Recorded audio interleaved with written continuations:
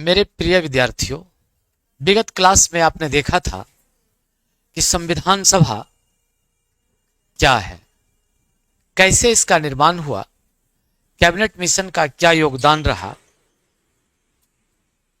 Each and everything you have seen in previous class. आज हम आपको बताने जा रहे हैं कि संविधान सभा की आलोचना क्या की, क्यों की गई। तो देखिए, ये जो बात है ये कभी कभी पूछता है मेंस में कि भाई संविधान सभा की आलोचना किस आधार पर किया जा सकता है, या किस आधार पर इसके राजनीतिज्ञों ने, जो राजनीतिक विज्ञान के एक्सपर्ट हैं, those person who are expert of political science, कैसे उन्होंने इसका क्रिटिसाइज किया, इसका क्या क्रिटिसाइज है। तो आज हम लोग इसी पर चर्चा करते हैं। तो सबसे पहले आज हम लोग देखते हैं संविधान सभा।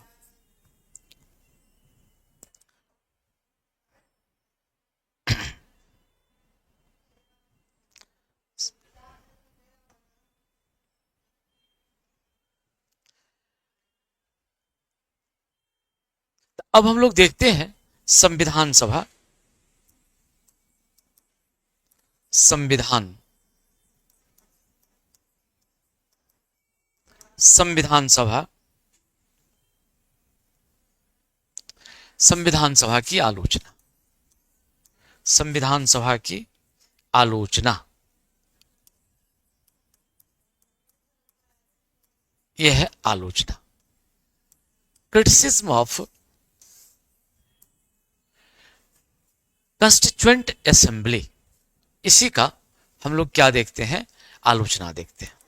इसका आलोचना क्या है भाई। तो इसके संबंध में कहा कि जो संविधान सभा बना, संविधान सभा ने क्या बनाया, संविधान बनाया, तो इसकी आलोचना जो की गई वो किस आधार पर किया गया, इसके आलोचना का आधार क्या था। इसी संदर्भ में हम लोग इस पर विचार करते हैं। तो सबसे पहला आलोचना जो इसमें कहा गया कि जो संविधान सभा था, ये संविधान सभा ये क्या था। ये संविधान सभा तो कहता है ये प्रतिनिधि संस्था नहीं थी। ये क्या था, प्रतिनिधि। ये प्रतिनिधि निकाय नहीं था। ये प्रतिनिधि निकाय नहीं था। ये प्रतिनिधि निकाय नहीं था। तब प्रतिनिधि निकाय किस आधार पर नहीं था। ये कहता है कि नॉट रिप्रेजेंटेटिव इंस्टीट्यूट्स। ये किस आधार पर ये प्रतिनिधि निकाय नहीं था, ये हमको देखना है कि इसका आधार क्या है। किस आधार पर कहा कि ये प्रतिनिधि निकाय नहीं है, नॉट रिप्रेजेंटेटिव इंस्टीट्यूट। ये कहा not representative, not representative institute. ये किस आधार पर ये इंस्टीट्यूट ये नहीं था, इसका आधार क्या है, ये इसको आप देखिए, ये आधार क्या है। तो इनका कहना है, जो आलोचक है, जो क्रिटिक है, जो आलोचक है, ये आलोचक, जो क्रिटिक, जो इसने क्रिटिसाइज किया, उन्होंने क्या कहा, कहा कि देखिए ये जो प्रतिनिधि सभा है, तो ये संविधान सभा ये क्या कहता है कि प्रतिनिधि निकाय नहीं है। तो प्रतिनिधि निकाय कैसे नहीं है भाई, किस आधार पर यह प्रतिनिधि निकाय नहीं है। तो इसको इन्होंने क्या कहा, सो देखिए कि प्रतिनिधि निकाय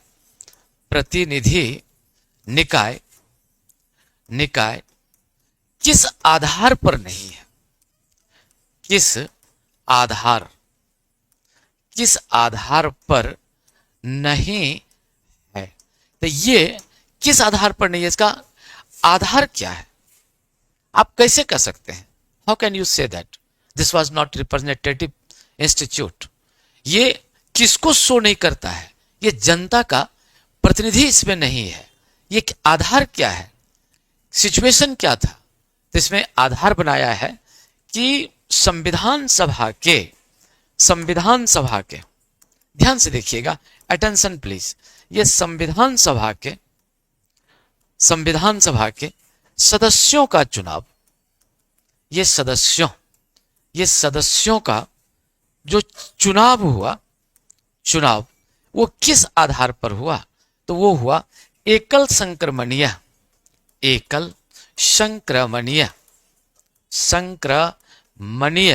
गुप्त मतदान पद्धति के आधार पर हुआ। गुप्त मतदान पद्धति के आधार पर हुआ। मतदान पद्धति के आधार पर हुआ। गुप्त मतदान पद्धति के आधार पर हुआ। ये आधार पर हुआ। तो भाई जब गुप्त मतदान पद्धति के आधार पर हुआ तो कहने का मतलब जो है कि जनता ने इसको प्रत्यक्ष रूप से निर्वाचित नहीं किया। तो आलोचक कहते हैं कि जब तक जनता प्रत्यक्ष रूप से निर्वाचित नहीं करती है तो आप कैसे कह सकते हैं कि ये जनता का प्रतिनिधि, वास्तविक प्रतिनिधि यहां पर बैठा था? किस आधार पर? तो जनता का वास्तविक प्रतिनिधि तब इसको माना जाता जब वयस्क गुप्त मतदान पद्धति के आधार पर संविधान सभा के सदस्यों का निर्वाचन होता। तो आलोचक का कहना है कि एकल संक्रमणीय गुप्त मतदान पद्धति के आधार पर इसका चयन हुआ है। किनका चयन हुआ है? संविधान सभा के सदस्यों का। इसलिए ये लोग जो थे, ये लोग नॉट डायरेक्ट इलेक्टेड कैंडिडेट्स, ये लोग जो थे ये डायरेक्ट इलेक्टेड नहीं थे, ये प्रत्यक्ष रूप से निर्वाचित नहीं है। ये जो जितने भी 389 सदस्य हैं ये प्रत्यक्ष रूप से निर्वाचित नहीं है। ये प्रत्यक्ष रूप से जनता के द्वारा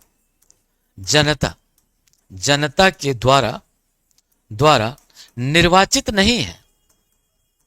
निर्वाचित नहीं है। Not directly elected. ये क्या कहता है? नॉट डायरेक्टली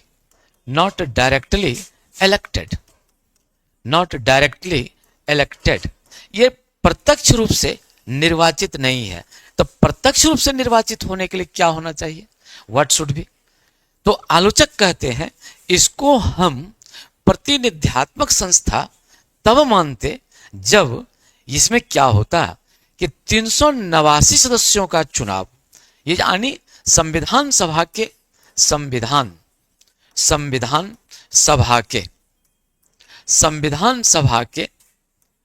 सभी सदस्यों का चुनाव, सभी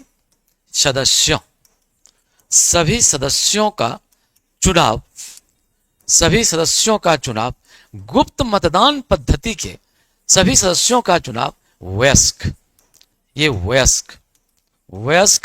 गुप्त मतदान पद्धति के आधार पर होना चाहिए था।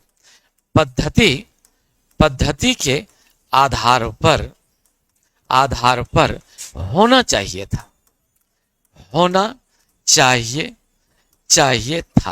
तब जाकर के इसको क्या माना जाता?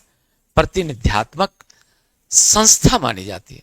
तब ये माना जाता कि संविधान सभा में जो प्रतिनिधि बैठे हुए हैं वो वास्तव में भारत के लोगों का प्रतिनिधित्व कर रहा है।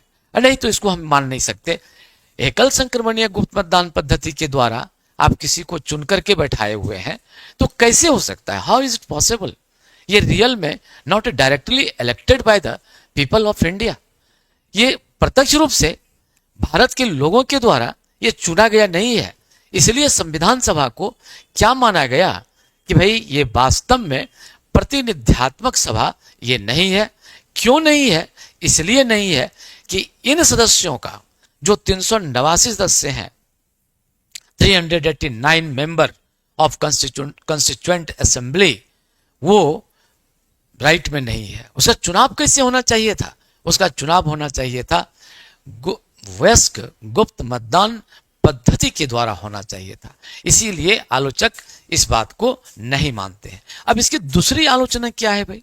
इसका जो सेकंड आलोचना हम लोग देखेंगे, इसकी दूसरी आलोचना क्या है सो देखिए। सेकंड में लोग क्या कहते हैं? ये सेकंड में कौन सा बात कहते हैं? ये संप्रभु संस्था नहीं थी। ये क्या कहता है कि संप्रभु, ये संप्रभु संस्था नहीं थी। ये संप्रभु संस्था, ये संप्रभु संस्था नहीं थी। ये क्या था भाई? ये संप्रभु संस्था नहीं थी। जो आलोचक हैं, जो क्रिटिक्स हैं, ये कह रहे हैं कि ये संप्रभु संस्था नहीं है, नॉट सॉवरेन पावर। इसमें सॉवरेंटी नहीं थी। इसमें क्या था? Not sovereign power. ये नॉट सॉवरेन, ये नॉट सॉवरेन पावर। इसमें सॉवरेंटी, ये सॉवरेन पावर इसमें नहीं है। इसमें संप्रभु शक्ति नहीं है। तो संप्रभु शक्ति किस आधार पर नहीं है? तो कहा इसलिए कि जो कुछ भी हो रहा है, ये जो कुछ भी इसमें हो रहा है, मान लेते हैं कोई बैठक बुलाई जा रही है कोई बैठक बुलाई जा रही है, किसी पर विचार करना है, किसी मुद्दे पर विचार करना है, किसी उपबंध पर डिस्कशन करना है, तो जो कुछ भी करना है ये किसके सिफारिश पर होगा? चाहे बैठक होगा, चाहे विचार होगा, चाहे उपबंध होगा, इसमें सारा का सारा कौन जाकर के अपना रोल निभाएंगे? किसके इशारे पर होगा? ये ब्रिटिश सरकार के इशारे पर होगा। ये किनके सरकार के इशारे पर? ये ब्रिटिश गवर्नमेंट, ये ब्रिटिश गवर्नमेंट के ये इशारे पर होगा। ये ब्रिटिश गवर्नमेंट के इशारे पर ये क्या होगा? ये सारी कार्रवाई होगी। तो जब सारी कार्रवाई ब्रिटिश गवर्नमेंट के इशारे पर होती है, तो आप कैसे कह सकते हैं ये संप्रभु है? How can you say that this institute is what it have what sovereign power? इसके पास सॉवरेन पावर है, हम इसको नहीं कह सकते हैं। इसलिए आलोचक ने कहा कि इसमें क्या नहीं है? सॉवरेन पावर नहीं है, यह अपने आप में संप्रभु नहीं है, एब्सेंस ऑफ सॉवरेनिटी। तीसरा बात इसने क्या कहा भाई? जो आलोचक है वो थर्ड पॉइंट क्या कहते हैं? ये थर्ड पॉइंट में क्या कहते हैं आलोचक, इस बात को आप देखिएगा। ये थर्ड पॉइंट क्या कहते हैं, इस बात को आप देखिएगा। तो थर्ड पॉइंट में ये आलोचक कहते हैं, तीसरा में थर्ड पॉइंट में जो आलोचक कहते हैं, ये कौन सा बात कहते हैं, इस बात को देखिएगा। ये थर्ड पॉइंट में आलोचक का क्या कहना है? तो इनका कहना है कि जो संविधान सभा है ये एक ही दल का, इसमें कांग्रेस का, ये कांग्रेस पार्टी का, ये कांग्रेस पार्टी का क्या था? बोलवाला था। ये कांग्रेस पार्टी का बोलवाला, ये कांग्रेस पार्टी का बोलवाला था। यहां पर कौन डोमिनेंट थे? ये कांग्रेस पार्टी डोमिनेंट थे। भाई कांग्रेस पार्टी ही सब कुछ था। ये कांग्रेस पार्टी ही पूरे संविधान सभा में, ये पूरे संविधान सभा में, ये पूरे संविधान सभा में किनकी प्रधानता थी? ये किनकी प्रधानता, ये किनकी प्रधानता थी? तो वो प्रधानता किनकी थी? कांग्रेस पार्टी की। ये प्रधानता किनकी थी? कांग्रेस पार्टी, ये कांग्रेस पार्टी की ये प्रधानता थी, ये कांग्रेस पार्टी की प्रधानता थी। और इनके अलावे जो कुछ भी पार्टी है, तो भाई कई पार्टियां थी। जैसे कि मैं आपको बोलूं मुस्लिम लीग भी था, जैसे कि मैं कहूं आपको ये मुस्लिम लीग भी है, मान लेते हैं, मान नहीं लीजिए, ये है मुस्लिम लीग है, यूनिस्ट पार्टी है, यूनिस्ट, ये यूनिस्ट पार्टी है, ये यूनिस्ट पार्टी है। तो ढेर सारी जो पार्टियां हैं, तो इन पार्टियों का इनमें कोई खास वजूद नहीं था। कहने का मतलब था कांग्रेस ही क्या था? संविधान सभा, और संविधान सभा ही क्या था? कांग्रेस था। इसीलिए इसके आलोचक ने यह बात कहा कि एक ही पार्टी का इसमें क्या था? ये वर्चस्व था। इसलिए कांग्रेस पार्टी ने कहा कि एक ही पार्टी का इसमें वर्चस्व था। इसलिए आलोचक लिखते हैं, आलोचकों का कहना है, आलोचकों का ये कहना है कि कांग्रेस पार्टी ही, कांग्रेस पार्टी ही संविधान सभा था, संविधान सभा था, संविधान सभा था, और संविधान सभा ही कांग्रेस था। संविधान सभा ही सभा ही कांग्रेस था, संविधान सभा ही कांग्रेस, ये कांग्रेस था। तो ये इनका मानना है। तो इसी आधार पर इनकी क्या की गई है, आलोचना की गई है। चौथी बात हम लोग देखते हैं, इसमें फोर्थ में क्या कहा है भाई, ये चौथा में क्या कहा है। तो चौथा में कहा कि भाई ये हिंदुओं की संस्था थी। ये किन की संस्था थी, ये हिंदुओं की ये संस्था थी। ये हिंदुओं की संस्था, ये हिंदुओं की संस्था थी। इनका कहना है कि भाई ये संस्था जो बना है ये किनका संस्था था, ये हिंदू का।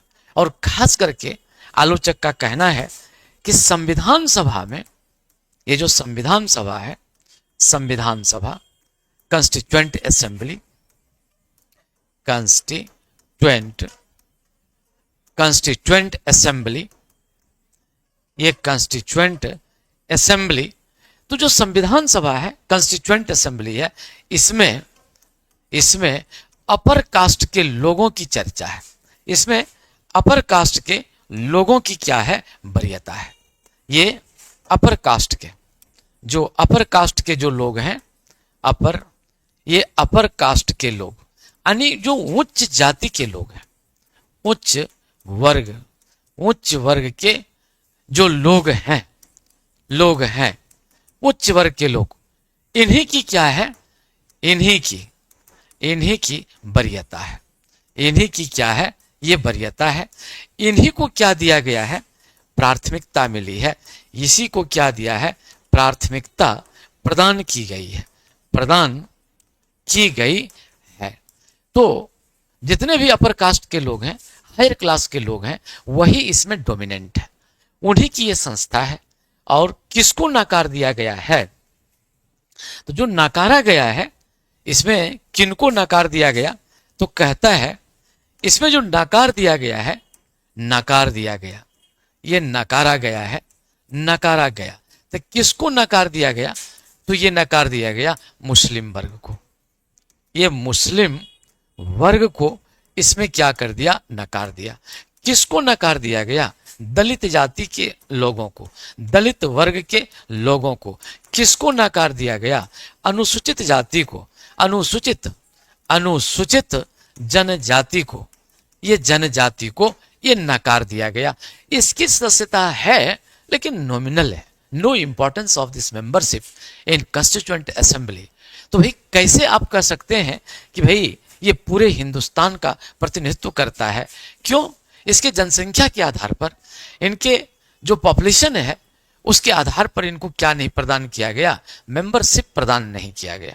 इसलिए आप इस बात को, आलोचकों ने कहा कि भाई ये केवल उच्च वर्ग के हिंदुओं की संस्था है, इसमें मुसलमान, दलित वर्ग, SC, ST, OBC की कोई खास महत्ता नहीं है।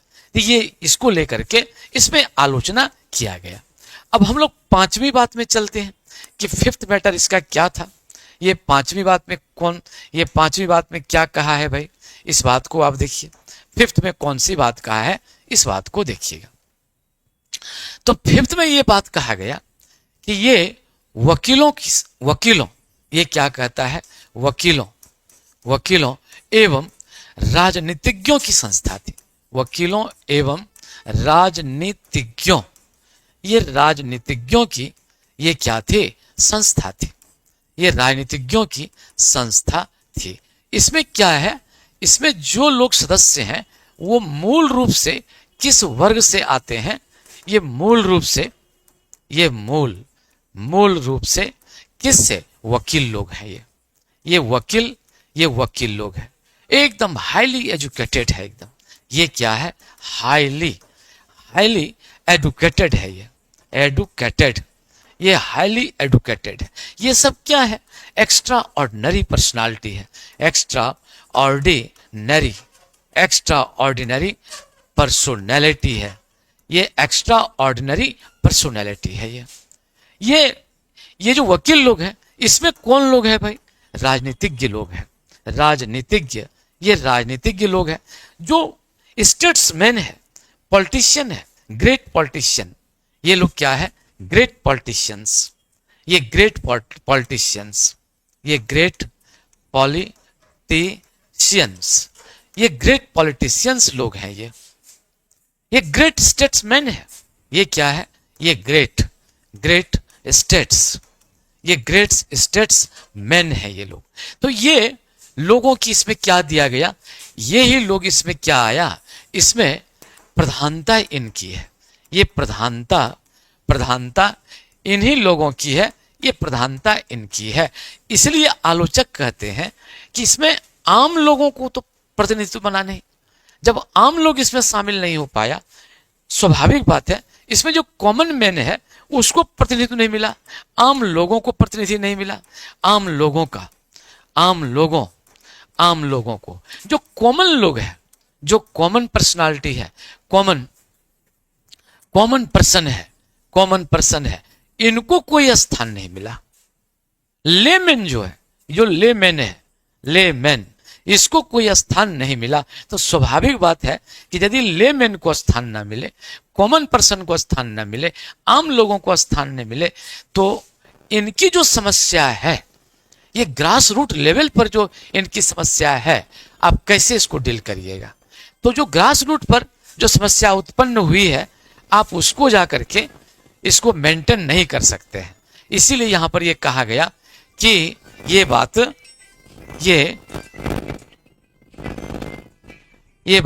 नहीं किया जाएगा। Yes right. तो यहां पर आम लोग का जो कॉमन पर्सन है, ये लेमैन है, इसकी सदस्यता नहीं दी गई। इसलिए आप ये नहीं कह सकते हैं कि आम लोगों की समस्या को ध्यान में रख करके इसमें प्रस्ताव उठाया गया। तो आम लोगों की क्या समस्या है? आम लोगों की क्या समस्या है? क्या समस्या है? ये उजागर नहीं किया जा सका। ये उजागर नहीं किया जा सका। ये नहीं किया जा सका। बहुत क्लियर कट मैसेज है।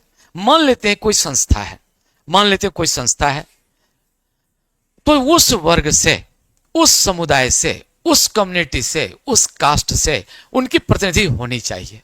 जब उनका प्रतिनिधि उस वर्ग से होगा, तभी उनकी समस्या को वो उठा सकता है। इसीलिए जो क्रिटिक हैं, जो आलोचक हैं, वो कहते हैं कि इसमें आम लोगों की समस्या पर विचार नहीं किया गया। और अगला क्रिटिसाइज क्या कर रहा है भाई, इस बात को आप देखिएगा। नेक्स्ट में इसमें जो कहा गया है, छठी बात जो इसमें कहा गया, वो क्या कहता है, सो देखिएगा। ये कहता है, छठा पॉइंट है, ये वकीलों का स्वर्ग है। ये किसका है? ये वकीलों का ये स्वर्ग है। ये वकीलों का ये स्वर्ग है। ये तो वकीलों का स्वर्ग है, हेवन ऑफ लॉयर्स। ये क्या कहता है?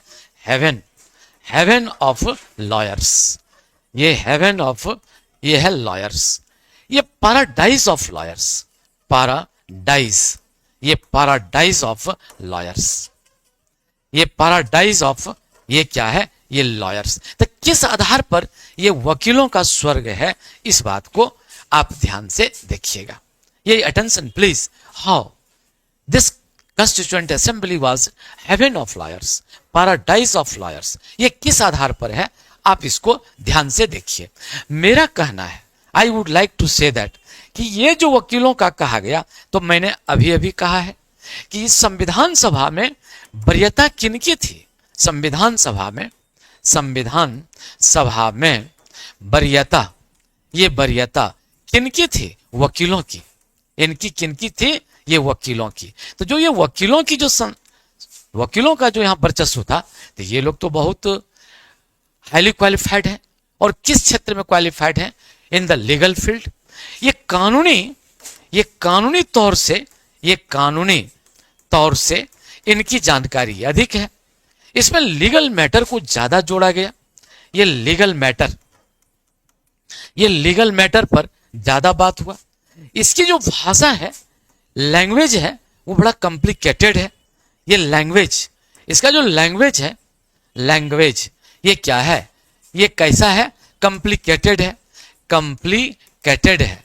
ये बड़ा ही कैसा है? ये जटिल है। तो स्वाभाविक बात है, जब जटिल भाषा होगा, जटिल भाषा होगा, अनेकों उपबंध होंगे तो उलझन ज्यादा पैदा होगा। ये क्या पैदा होगा? उलझन। ये पैदा होगा, ये उलझन ये ज्यादा पैदा होगा। और जब उलझन ज्यादा पैदा हो जाए तो आम लोगों का यह दस्तावेज बन के नहीं रह जाता है। इसीलिए ये बात यहां पर कहा गया कि ये राइट नहीं है। That is why it is called, ये क्या है? राइट नहीं है। इसीलिए इसको क्या कहा गया? वकीलों का स्वर्ग कहा गया। और वकील जब चाहे तब अपना एक्सप्लेनेशन देगा कि इस वर्ड का मीनिंग ये है, इस कॉमा का मतलब यहां ये है, फुल स्टॉप का मतलब यहां ये है, कानूनी प्रक्रिया में इनका ये व्याख्या होगा, इनकी ये उचित व्याख्या होगी, ये विधि संगत होगा। तो भाई आप उलझ जाओगे। आम आदमी के समझने की बस के बाहर की बात है। इसलिए इनके आलोचक ने कहा कि भाई ये वकीलों का ये क्या है? ये स्वर्ग है। और लास्ट में जाकर के ये क्या कहा गया? तो लास्ट में ये इसकी जो आलोचना की गई तो कहता है अनावश्यक समय इसमें लगा गया, इसमें अनावश्यक समय की बर्बादी हुई। अनावश्यक, ये अनावश्यक किसकी बर्बादी हुई? समय की बर्बादी हुई। समय की बर्बादी, ये समय की ये बर्बादी हो गई। अनावश्यक ये समय की क्या हुई? बर्बादी हुई। कहा कैसे भाई? तो मैंने आपसे कहा था already, I have said you, कि जब हमारा कॉन्स्टिट्यूशन बनने लगा तो इसको बनाने में जो समय लगा, इसके निर्माण में जो समय लगा, निर्माण में लगा समय, ये लगा समय, तो निर्माण में जो लगा समय है वो कितना लगा? 2 वर्ष। 2 वर्ष 11 महीना, 11 महीना 18 दिन, ये 2 वर्ष 11 महीना ये 18 दिन ये समय लगा। तो भाई अनावश्यक बात नहीं है, आप बेमतलब का बात किए जा रहे हैं। आप 60 देश का कॉन्स्टिट्यूशन पढ़ करके आपने क्या किया? 60 देश के कॉन्स्टिट्यूशन को पढ़ा, 60 देशों के संविधान का अवलोकन करके आपने क्या लाया? प्रावधान लाया। आपने क्या डाला? उपबंध डाला। आपने क्या डाला? नियम बनाया, कानून बनाया। इससे क्या मतलब है? आपको जो डालना चाहिए था, भारत की देश परिस्थिति समय के अनुसार डालना चाहिए था। आपने इग्नोर किसको कर दिया कि भारत की जो वास्तविक समस्या है, ये भारत की वास्तविक समस्या पर, ये वास्तविक समस्या पर आपने ध्यान नहीं दिया और इसको इग्नोर करके अनेक देशों के संविधान की जो चीजें हैं, अच्छी चीजें हैं, उनको डालने का आपने प्रयास किया। इस कारण आपको 2 वर्ष 11 महीना 18 दिन लगा। और वही आलोचक कहते हैं अमेरिका का संविधान बनाने में मात्र 4 महीना लगा। यूएसए का जो संविधान बना, यूएसए का संविधान बनाने में, ये संविधान बनाने में ये कितना लगा? मात्र 4 दिन लगा। मात्र 4 महीना, ये 4 महीना लगा। और आप लगा दिए 2 वर्ष 11 महीना 18 दिन। बेमतलब का बात है। बहुत बड़ा आपने क्या बना दिया? संविधान के अनेक नियम, अनावश्यक नियम को आपने डाल करके बोझ बड़ा कर दिया, जो कि इसकी कोई प्रासंगिकता नहीं थी। अनावश्यक नियम आपने बना दिया। आपको बनाना क्या चाहिए था कि रियल में भारत के परिप्रेक्ष्य में जनता की परिस्थिति को देख करके, इनकी समस्या को देख करके, इनको अवलोकित करके, इसके धर्म, जाति, लिंग के आधार पर आपको क्या बनाना चाहिए था? You should frame the law, rule, regulation and different types of legal frames तैयार करना चाहिए था। तो इन सारे चीजों के आधार पर संविधान सभा का क्या किया गया? आलोचना किया गया। अब आपको यह दर्शाना है कि आलोचक ने तो संविधान सभा को क्या कर दिया भाई? एकदम बिल्कुल अलग थलग कर दिया। जैसे लगता है जब अब आलोचक के आधार पर यदि देखा जाए, आलोचक के आधार पर यदि देखा जाए तो इसने क्या कर दिया? आलोचक के आधार पर यदि देखा जाए तो इसने क्या कर दिया?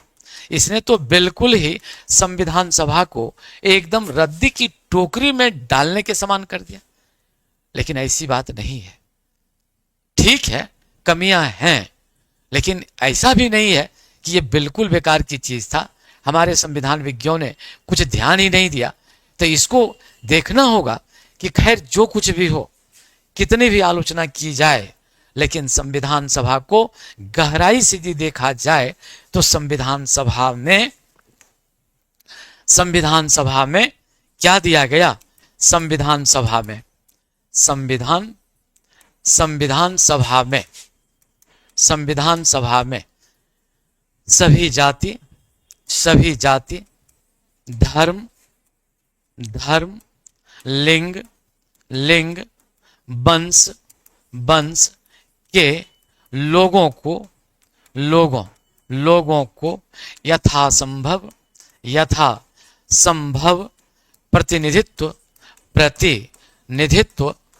प्रतिनिधित्व प्रदान करने का कोशिश किया गया। ये कोशिश किया गया। इतना ही नहीं, क्षेत्र और भाषा पर भी ये क्या रखा गया? क्षेत्र और भाषा पर भी ध्यान दिया गया। क्षेत्र और भाषा पर भी क्या दिया गया? ये ध्यान दिया गया। यानी हम यदि संक्षेप में कहें तो इसमें संविधान सभा में पूरे संपूर्ण भारतवर्ष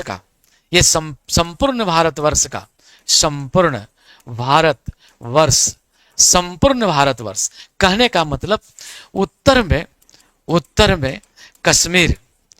में कश्मीर से लेकर कहां तक? दक्षिण में कन्याकुमारी, पश्चिम में सौराष्ट्र और पूरब में बंगाल। ये बंगाल की खाड़ी तक के क्या है? ये प्रतिनिधि इसमें हैं। इसीलिए संविधान सभा को हम लोग क्या कर सकते हैं कि ये पूर्ण रूपेण गलत नहीं है, ये राइट है। तत्कालीन परिस्थिति को देखते हुए इनका क्या किया गया? गठन किया गया। तो मैं मानूं कि आपको मैंने जो बात कहा आपकी समझ में आ गई होगी, और इसके लिए बहुत बहुत धन्यवाद। आज इतना ही। कल फिर मैं नेक्स्ट वीडियो के साथ, नए टॉपिक के साथ आपसे मिलूंगा। धन्यवाद।